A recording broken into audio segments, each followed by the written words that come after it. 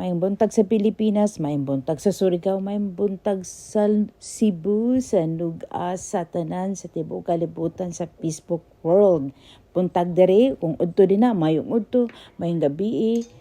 So karon akong i-share sa inyo unsa na ako paghimo og pandesal kana ako ara niya.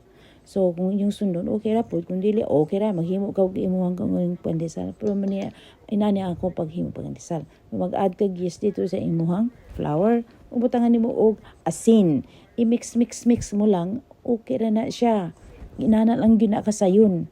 Mix. Tapos ibutangan nimo og dough enhancer. Kung wala kay dough enhancer, okay ra gyud na. Inarte ra gyud na siya good.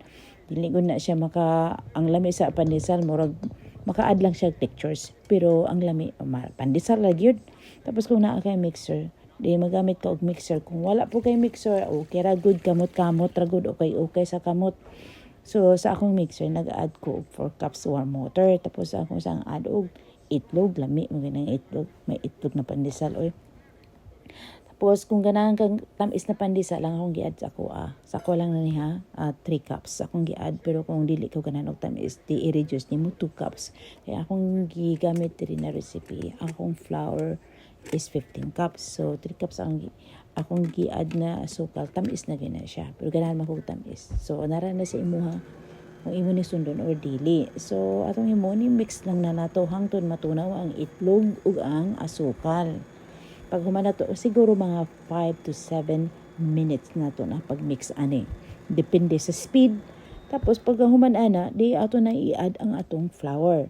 Take note, ang flour na atong i-add, dili ni mahuton kay usahay ra ba ang flour na ay takaw sa tubig ug na ay kuan na po babasaon siya ba.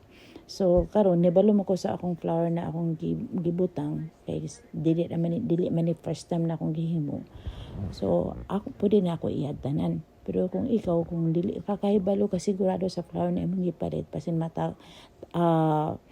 takaw sa tubig or dili takaw sa tubig manang dili nimo siya i-add tanan ang flour later on na nimo i-add kung makita nimo need ko pa ng flour ani. So yun lang ang technique ang kuan ko lang yun lang ang mga usahay mga failure sa pandesal tungod kay na sa flour sa temperature iba simingon niya mo sa mga recipe na napalpak matong pandesal o dili pod oy sige na ba ako nagihimo but kung naragya po sa inyo o sundon niyo akong advice o nara sa inyo anyway ato lang siya na i-mix hangtod na may mix siya ang flour o ang tubig. Shout out ay sa mga taga Surigao nun. Sa shout out sa taga Sugboanon o taga Nugas sa Pilipinas.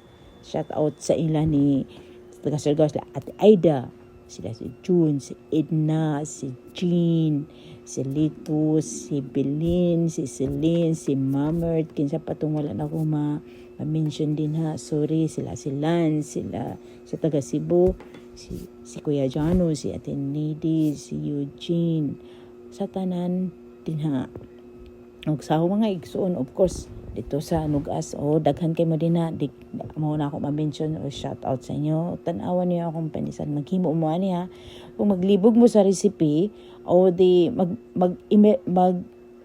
PM mo sa ako okay so akong gibutang na butter 2 stick of butter to so kung mabutang na to nimo i-mix lang nimo hangtod na mag-blend sila inana lang ginakitaan man na ninyo gyud sa no paghimo sige lang kog yaw-yaw diri basta sundo pwede ra gud dili niyo sundon agud sa inyo agud pero tan-aw akong pandesal lami biya ni so inani ako ang recipe kung iyong sundon na ra pod sa inyo so akong pandesal dili gyud na murag pandesal murag Spanish bread kay tapulan na mo kung magporma-porma pandesal kay baro na mo anang porma sa pandesal ko dili na mo ang tudluan na iya na lang gud tagko ang gud discarding. So gipatubo to na ako siya og at least 12 hours kay ganahan man gud pandesal kanang i-bake na ako sa morning para na ako pandesal init mata na ako mao na ni akong pandesal murag Spanish bread pero ang lamian ni pandesal gyud ang porma lamang dili lang okay ra gud na gud usapon lang gyapon mo sa imong tiyan inarte pag sa porma basta lamig pandesal mauna na